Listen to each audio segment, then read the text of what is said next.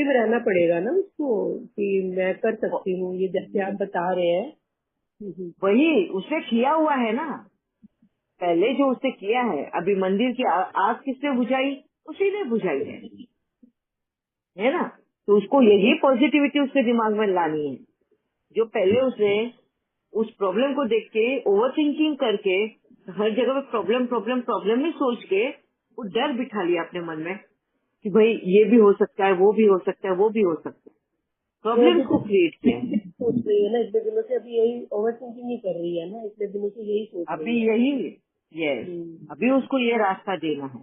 उसको वापस उस सिचुएशन पे लेके जाना है जहाँ पे ये पैदा हुआ था फोबिया, उसके मंदिर के सिचुएशन में।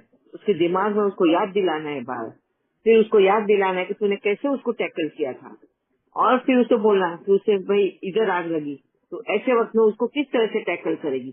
तो जहाँ प्रॉब्लम है वहाँ पे सॉल्यूशन है, तो 10 सॉल्यूशन के बारे में उसको बताना है, और फिर उसी के बारे में, सॉल्यूशन के बारे में ही उसको मन ही मन में रिपीट करना है। अगर ऐसा हुआ तो मैं ऐसे करूंगी, ऐसा हुआ तो मैं ऐसे करूंगी, इस तरह से। इसको बोलते हैं ड्रिल करना। जो बाबा हमें ड्रिल की बातें बोलता है ना, हाँ, ये बाबा एग्जाम्पल देता है मुरली में। अभी उस वक्त ब्रह्मा बाबा के पास में जो नॉलेज था, उस नॉलेज के आधार पर बाबा ने उनको ड्रिल करना सिखाया। हम आज के जमाने के साथ में, आज के नॉलेज के हिसाब से ड्रिल करना है, उसी को कनेक्ट करना है बाबा की नॉलेज के आधार पे। बाबा ड्रिल की बातें करता है, 5 स्वरूपों का ड्रिल होता है उसमें, है ना। तो उस स्वरूपों का क्या है? उस स्वरूपों को याद करना। बार बार अगर हम उस स्वरूप को याद करेंगे तो जैसे ही वो सिचुएशन आएगी तो हमें पता चलेगा चलो यहाँ पे हमको इस तरह से, हाँ, उसको यूज करना है स्वरूप को। सेम ऐसा ही इन सिचुएशंस को भी डील करने के लिए हमें हर वक्त प्रॉब्लम खड़ी है, इसके कितने सॉल्यूशंस हो सकते हैं, हाँ? ये प्रॉब्लम है तो इसके 5 सॉल्यूशंस तैयार हैं, हाँ? एक प्रॉब्लम के 5 प्रॉब्लम्स क्रिएट कर सकते हैं, तो उसके बदले में 10 सॉल्यूशन भी हम दिमाग में क्रिएट कर सकते हैं। ये उनको बार बार याद दिलाते रहना है, तभी वो नेगेटिव है। क्यों नेगेटिव हुई? क्योंकि उसने हमेशा प्रॉब्लम्स को ही मल्टीप्लाई किया है। अब यहाँ पे उसको पॉजिटिविटी जहाँ पे दिखा रही है, उसने मंदिर की आग बुझाई है, वो पॉजिटिविटी, और फिर उसकी पॉजिटिविटी को, हाँ, मल्टीप्लाई करना है, तब जाके वो मतलब सॉल्यूशन में बदलना है। जितने प्रॉब्लम उतने ही सॉल्यूशन में बदलना है, तब जाके वो उस फोबिया से बाहर निकलेगी। ये ड्रिल करते रहना है उसके माइंड में, जिस तरह से उसे डर का ड्रिल किया था, अभी, हाँ, निडरता का ड्रिल करना है, सॉल्यूशन का ड्रिल करना है। ठीक है। बड़े अच्छे से मेरे को तो क्लियर हो गया, उसको भी मैं भी समझाऊंगी और आपकी ऑडियो भी भेजूंगी। यस, ये मेरा खुद का भी बाबा ने मेरे से भी करवाया था। अभी तो मैंने तो बहुत बार मेरा शेयर किया है, बार बार वही शेयर करके बोर नहीं करना चाहूंगी। और एक छोटा सा मैं बताऊंगी। मेरे को जब आंखों से दिखता नहीं था, है, और खाना बनाना था, तो मेरा एक बार हाथ, पता नहीं तवा गर्म हुआ या नहीं, और मैं देखने गई और सीधे तवे पे हाथ रख दिया था। और मेरा पूरा ये पाम जो है होता है ना हाथ का, पूरा जल गया था, सारे छाले आ गए। नेक्स्ट टाइम पे मेरे को एकदम डर लग गया था, क्योंकि मैंने वो ओवर थिंकिंग किया। मैंने अभी हाथ जलाया, कल को मुझे नहीं पता चला, मैं और क्या जला लूंगी, अपने आप को जला लूंगी। मेरे एक बार कपड़े को भी आग लग गई थी, क्योंकि दूध ऊपर आ रहा था एंड मेरे को उठाने के लिए कुछ समझ में नहीं आया, तो मैंने अपना जो पहने हुआ कुर्ता था ना, काफी बड़ा था, तो उसी से मैंने उठा लिया एंड मेरे कुर्ते को आग लग गई थी।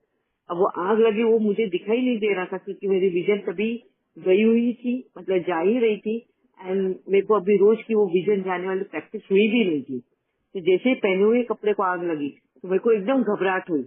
उसको बुझाया मैं नहीं, मैं तुरंत किचन में खड़ी थी, तो पानी के अंदर पकड़ा कपड़े को and आग बुझा दिया। मगर उस वक्त भी मुझे एकदम से डर बैठ गया था कि अगर ऐसा हुआ तो, मैं ओवर थिंकिंग कर लिया था, अगर मैं जल जाती तो मेरे को कौन बचाता। अब पहले से मेरे अंदर वो जलने का डर है ही बचपन से, कि मैं बोलती थी मेरे डैडी को भी कि मैं मर जाऊँ ना तो मेरे को जलाना नहीं, मेरे को जमीन में कूद देना, हाँ, या ऐसे ही छोड़ देना, मगर मेरे को जलाना नहीं। तो उस वक्त वही डर मेरे अंदर पैदा हो गया था, वही उसको फोबिया बोलते हैं। और मुझे इतनी घबराहट होती थी गैस के पास जाने को, पर बाबा ने मेरे पास चॉइस छोड़ा ही नहीं, तुझे करना है, मैं हूं ना तेरे साथ। और क्या, कितने सॉल्यूशन है, मुझे देख ले कि किस तरह से तूने हैंडल किया उस सिचुएशन को। हाँ, जैसे आग लगी तेरे कपड़े में, तूने तुरंत ही पानी में दिया, तो तुझे मालूम है वो सॉल्यूशन क्या है उसका, तो क्यों घबराएगा। हाँ, फिर मैंने बोला मेरा अभी तवे पे मैंने हाथ रख दिया, मेरा जल गया, मेरे को कैसे पता चलेगा। फिर वहां पे पापा ने बोला चला ना, तेरे को पता चला ना कि नजदीक लेके जाने से जल जाता है, तो धीरे धीरे नजदीक ले, तेरे को आँच ही देखनी है ना तवे की कितना गर्म होता है, तो धीरे धीरे ले, जितने दूरी पे तेरे को आँच लगने लग जाए वहीं पे रुक जा। तो इसको बोलते हैं कॉशियसली काम करना। हाँ, अपना अपना प्रेजेंट प्रेजेंट मोमेंट में रह के काम करना। तो देख धीरे धीरे ले जाके, अब देख कितनी दूरी पे आँच रखना है, हाथ रखना है। एक बार किया, 2 बार किया, तीसरी बार में मेरे को कॉन्फिडेंस आया कि इतनी दूरी पे अगर रखूं तो मुझे समझ में आ जाता है कि इतनी गर्माहट में मतलब तवा गर्म हो चुका है। इसको कहते हैं रेगुलर प्रैक्टिस। मेरे पास कोई ऑप्शन बाबा ने छोड़ा ही नहीं, ना ऑप्शन है तेरे पास, हाँ, न कोई और कर सकता है, तुझे ही करना है। शायद वो भी एंड मेरे बाबा की, छोटे हाँ जी, बच्चों की वजह, शायद वो छोटे बच्चों की वजह से ज्यादा डर गई हो। बच्चे थे ना घर में हाँ, छोटे। Yes yes. तो एक तरह से हमें अपने फोबिया को बाहर निकालना है, उसको फेस करके। अपने माइंड में ड्रिल करना है कि मेरे पास सॉल्यूशन बहुत है। अभी आपकी बेटी भी, मैं वही मेरे को दिमाग में था कि बच्चों की वजह से वो डर गई होगी, तो बच्चों को लेके कैसे भागेगी, बच्चों को कुछ हो गया तो। मगर उसमें एक माँ में बहुत शक्ति होती है कि किस तरह से, तो यही तो उसको ड्रिल करने बोलो। अगर आगे चल के ये हो गया, चलो बिल्डिंग में आग लगी, तो कैसे वो बचाएगी अपने आप को, अपने बच्चों को भी। ऐसे अपने आप को, अपने बच्चों को ही नहीं, पूरे बिल्डिंग में भी संभालना है। इतना बड़ा अगर उत्तरदायित्व दे दिया, रिस्पॉन्सिबिलिटी दे दी, तो किस तरह से करेंगे। ड्रिल करो उसका, है ना। तो इस तरह से जब वो ड्रिल करेगी तो वो इस फोबिया से बाहर निकल जाएगी। ठीक है, जैसे बाबा ने मेरा भी करवाया था। थैंक यू दीदी, थैंक यू, बड़े अच्छे से क्लियर किया आपने। Thank you sir. अभी दूसरा फोबिया है क्लस्ट्रोफोबिया। ये क्लस्ट्रोफोबिया का मैंने बहुत लोगों को देखा है?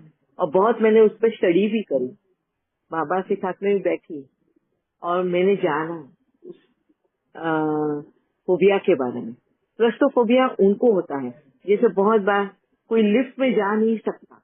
हाँ? लिफ्ट के अंदर वो दरवाजा बंद हो जाता है, पूरी तरह से पैक होता है, कोई वेंटिलेशन नहीं होता है। और जहाँ जहाँ वेंटिलेशन ना हो ना, उनको भागने का रास्ता नहीं दिखाई दे, तुरंत ही उनका ब्रेन, हाँ, घबराहट में कन्वर्ट हो जाता है। ब्रेन उनको डेंजर का आगाह करता है और उनको घबराहट होती है और उनको ऐसा लगता है कि कहीं तो भागे, निकले यहाँ से बाहर। उनकी सांस फूल जाती है, उनका बीपी बढ़ जाता है, हाँ, उनको पसीने छूटने लग जाते हैं और ऐसा लगता है कि कब यहाँ से निकले। अगर उस वक्त, अगर समझो थोड़ा भी स्लाइड दरवाजा खुला होता ना, क्लस्ट्रोफोबिया वाले क्या करते हैं, वो दरवाजा खोल के देखेंगे ही नहीं कि बाहर खाई है या क्या है, कितना दूरी है, सीधा बाहर पैर रख देंगे एंड इतने बड़े लिफ्ट से बाहर गिर जाते हैं। हाँ? इतने, अभी जिनको कार में बैठते हैं क्लस्ट्रोफोबिया है, बंद कार हो जाती है, विंडोज बंद, सब बंद, अभी खोल नहीं सकते, एसी वाली गाड़ी होती है, खोल नहीं सकते हैं, रुका नहीं सकते हैं। तो ऐसे वक्त में वो डर जाते हैं एंड ऐसे लगता है कि भाई वो रुक जाए, खुद ही मार दे गाड़ी से, एंड वो चलती गाड़ी में दरवाजा खोल बैठते हैं। ऐसे ये फोबिया वालों का, क्लस्ट्रोफोबिया का मैंने ये हादसा देखा है करते हुए, ये एक्शन उनको करते हुए देखा है। और चलती गाड़ी को दरवाजा ही खोल देंगे, नहीं मुझे कुछ हो रहा है, मतलब वो ये नहीं देखेंगे यहाँ कि दरवाजा खोले तो गाड़ी से नीचे गिर जाएंगे, उनको उसका डर नहीं है, मगर बंद रूम से उनको डर है। समझ में आ रहा है कितना कि ये क्यों होता है, ये बंद चीजों से उनको घबराहट क्यों होती है? कोई जाता है या अपने यहाँ पे अभी जो भी प्रेजेंट है, किसी को है क्लस्ट्रोफोबिया? जी दीदी, क्या मुझे है। उन्होंने ऐसा कुछ किया है? आपको है क्या? आप हाँ, एक एग्जांपल दे पाओगे?